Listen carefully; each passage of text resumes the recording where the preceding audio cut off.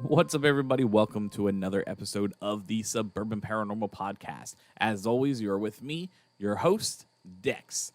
Don't forget, guys, check us out over at Cinescape.media. That's right, not .com, it's Cinescape.media. Check out all the cool things we're doing over there. Find links to all the podcasts on the network. We're bringing on a couple more new shows, as we've been talking about. So a lot of good times are being had over here at Cinescape Media. Definitely loving all the new shows we're bringing on, and we hope you guys are enjoying them too. So definitely, like I said, come check us out, social media or Cinescape.media, and get in touch. So let's go ahead. Let's jump into this. We have what I found to be a cool piece of paranormal news. Cool piece of paranormal news. I'm a big musician from going back to, middle school or elementary school even, where I learned how to play drums, and I played them all throughout high school, and I've done many different things in music, but that's besides the point. But to segue into this, Rolling Stone released an article, and apparently the Foo Fighters mentioned that a paranormal activity or ghost nearly ruined the recording of their 10th studio album. Now, there's a direct quote from David Grohl here from the article that says, "When we walked into the Encino house, I knew the vibes were definitely off. The house in which they recorded was built in the 40s. It does have a sinister past." I'm guessing they found this out through research. And apparently it didn't take long before they had some experiences. They're saying they've had guitars detune when they would go out to a break and come back, or they come back overnight. Pro Tools was losing tracks, as well as when they had the mics on, they were recording just noises. Not voices coming through. It wasn't instruments, but it was just noises coming through on an open mic.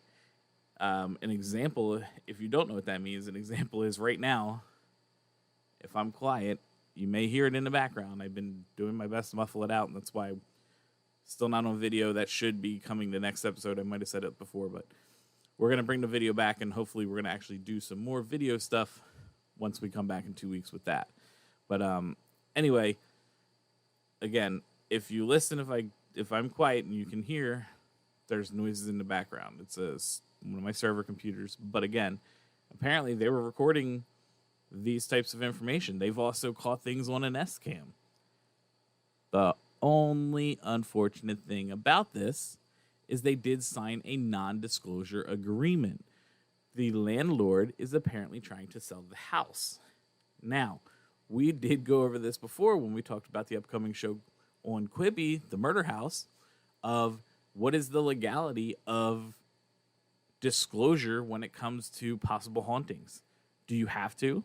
Are there local laws in some places where, I want to say California, I did see that you do in your mortgage have to have a section that states that the house may or may not be haunted. This legally does have to be disclosed some places.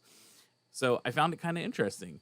So, unfortunately, we're not going to see any of the evidence that, David Grohl and the Foo Fighters might have caught on, like I said, the Nest Cam and these open mic recordings. It's very unfortunate. But, I mean, again, they signed the non-disclosure because he wants to sell the house. And, I don't know, for me, selling a house that's haunted, that might be a little perk for somebody. But, again, it's very interesting. I know we've talked about this before.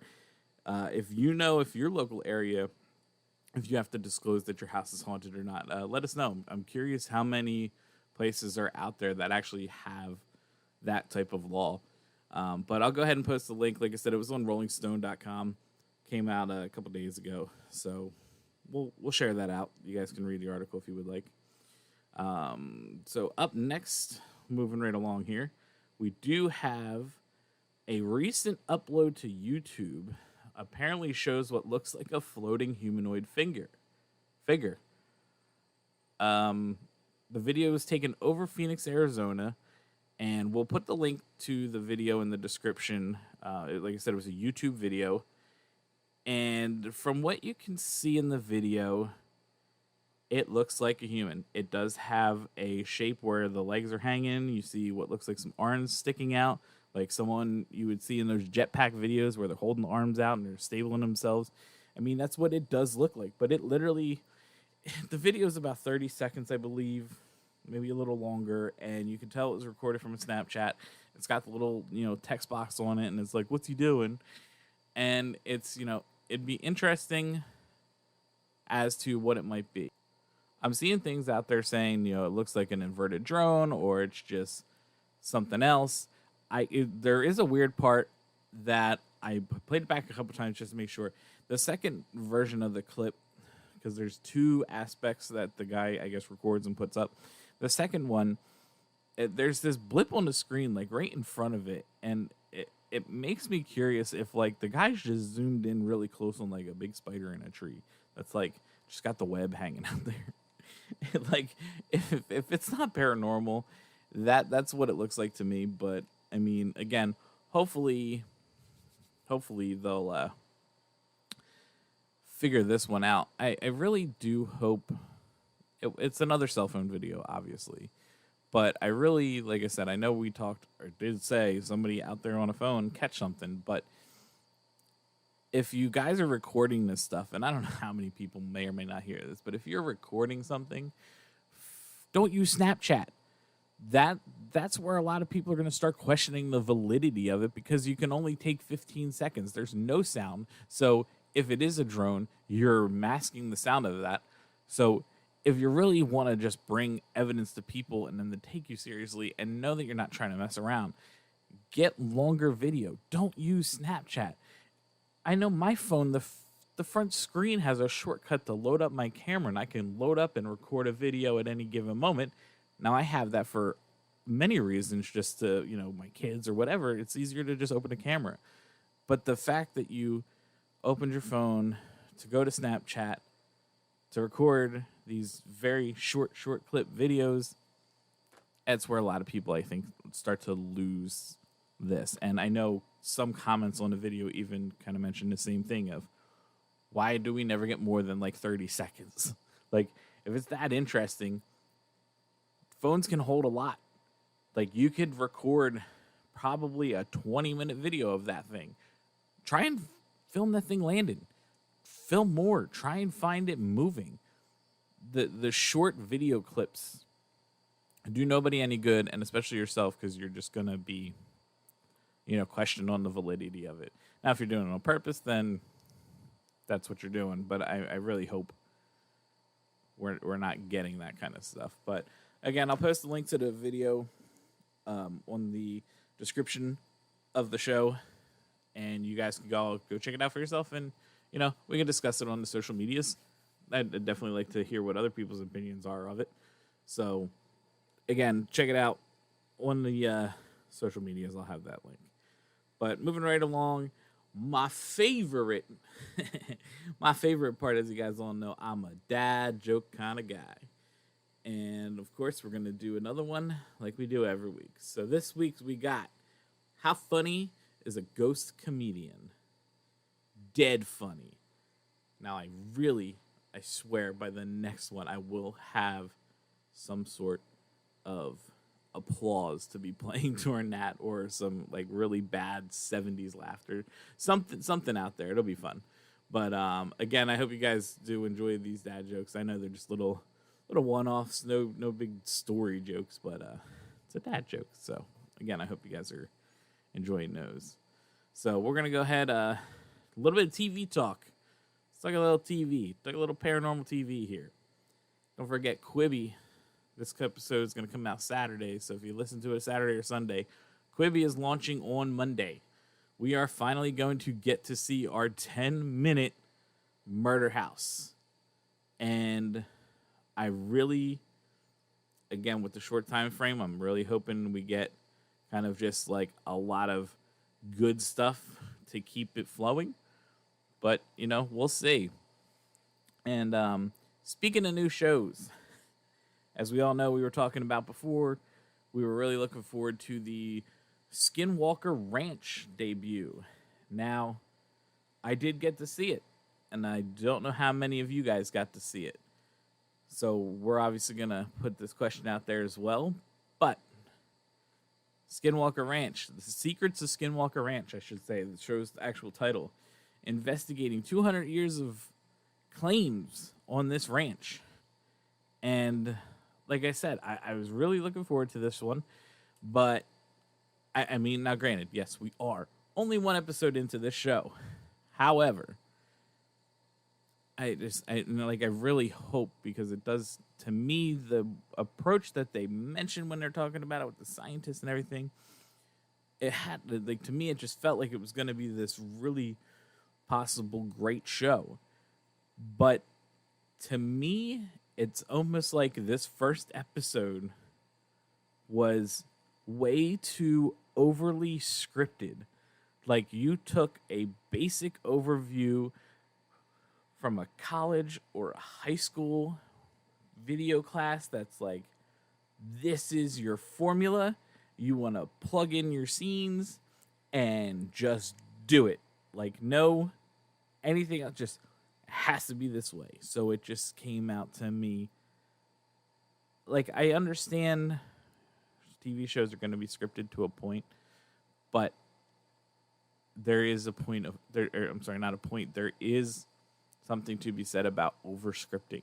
Like, did we really have to have it build up where everybody's friendly, and then all of a sudden by the end of the episode it's like, oh, you can't do that, and no, and you brought a guy in to do something and he wants to do it, so of course, like, not even, like, you don't even get into the series before the teams button heads. Like, the first episodes, it's no, and then, like, oh, bring out the case, and he gets the black box and he's gonna unlock it, and of course they show everybody looking at it and going, ooh. It, like, I feel the show should not have that. I feel it's not gonna need that, as long as we just get good evidence, scientific, show the experiments, show the data, or data, whatever you want to call it. Like, just let us see it, just put it out there. I would love for them to put up a website with all this stuff that they're catching. They got those live feeds into that nerve center where they're showing that. Like, it'd be cool to have a website up where everybody that's into this can monitor, and maybe have a chat room next to it that you guys can talk. Like, did you just see that? What's this? Like, it may be boring for hours on end on a website, but make it interactive. Maybe that's all I'm saying. Like, make these shows more interactive with something like that. That'd be awesome. But I really hope, again, I know it's episode 1, but I really hope that they can kind of pull themselves out of this, like, overly scripted, just sounding show with how it was.